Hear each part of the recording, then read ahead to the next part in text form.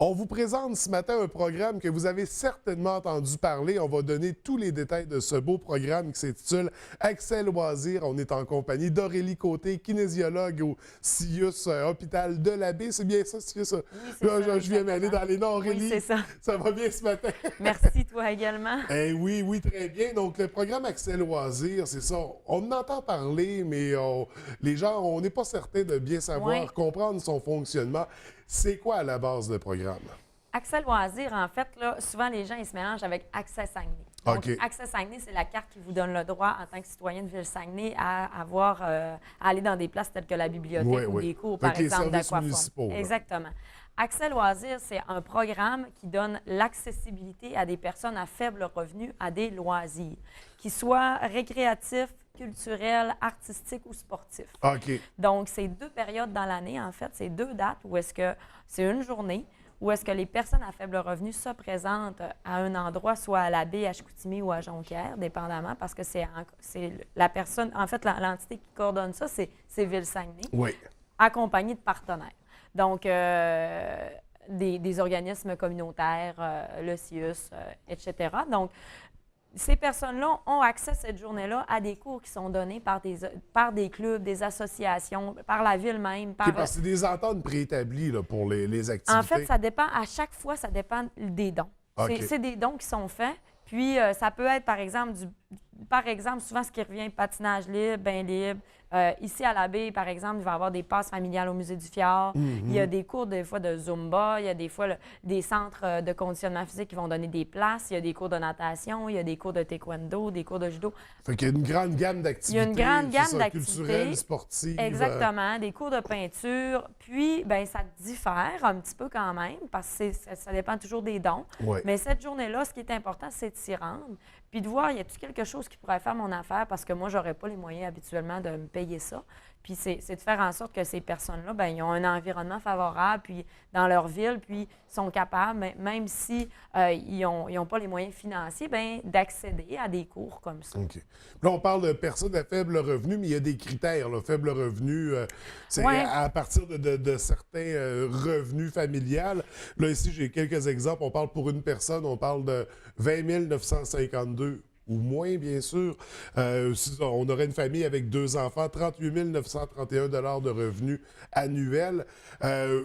Comment, au moment de l'inscription, là, parce que ça prend des preuves, j'imagine, pour pas. Parce que tout le monde ne peut pas avoir accès au programme, vu qu'on vise vraiment une clientèle précise. Qu'est-ce qu'il faut avoir avec nous?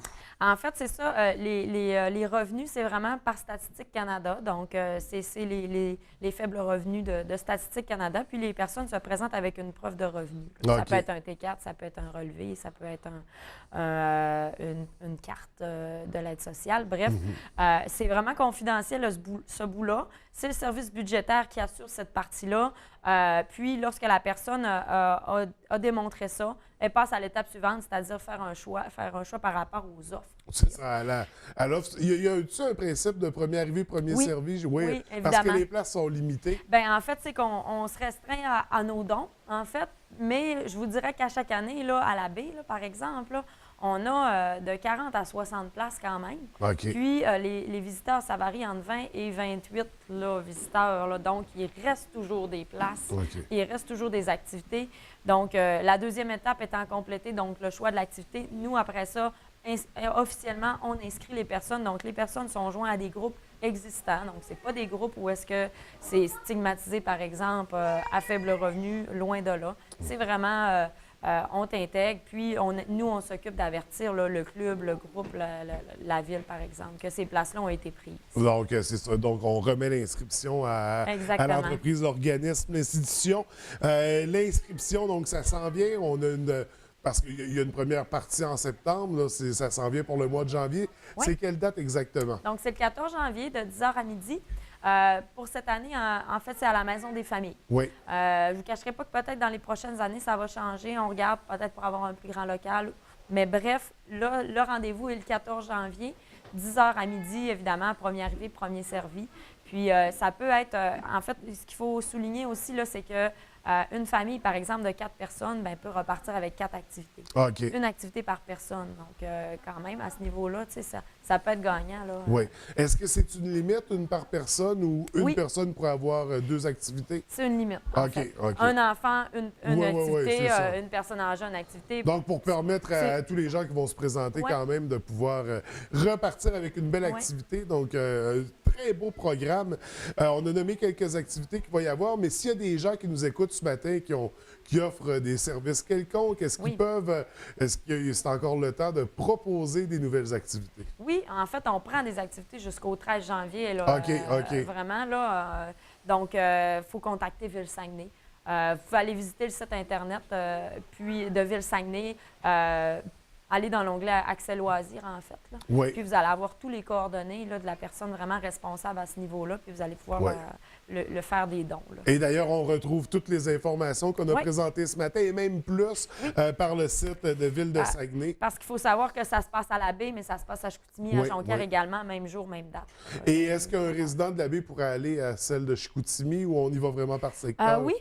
Oui, OK. les gens de la baie, si ont un transport puis préféreraient ouais, pour ouais. des raisons quelconques avoir un cours à Chicoutimi, peuvent le faire là, cette journée-là, aller à Chicoutimi OK. pour prendre un cours. Donc, de- on ne limite pas au niveau du territoire, mais ça Ville-Saguenay. s'adresse vraiment aux résidents de Ville de Saguenay. C'est un beau programme, donc grand, accessible, des activités qui vont permettre de faire des découvertes aussi.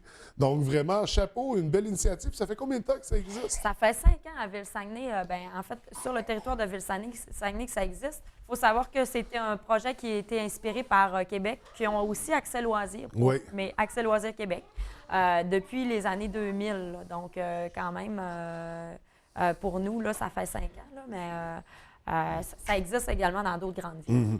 Ben, une super initiative. Donc, on rappelle, c'est samedi 14 janvier à compter de 10h à midi, en fait, Exactement. à la Maison des familles. Donc, on met ça à l'horaire dès maintenant pour permettre à ces familles à faible revenu de vivre des belles activités et avoir une belle année 2017.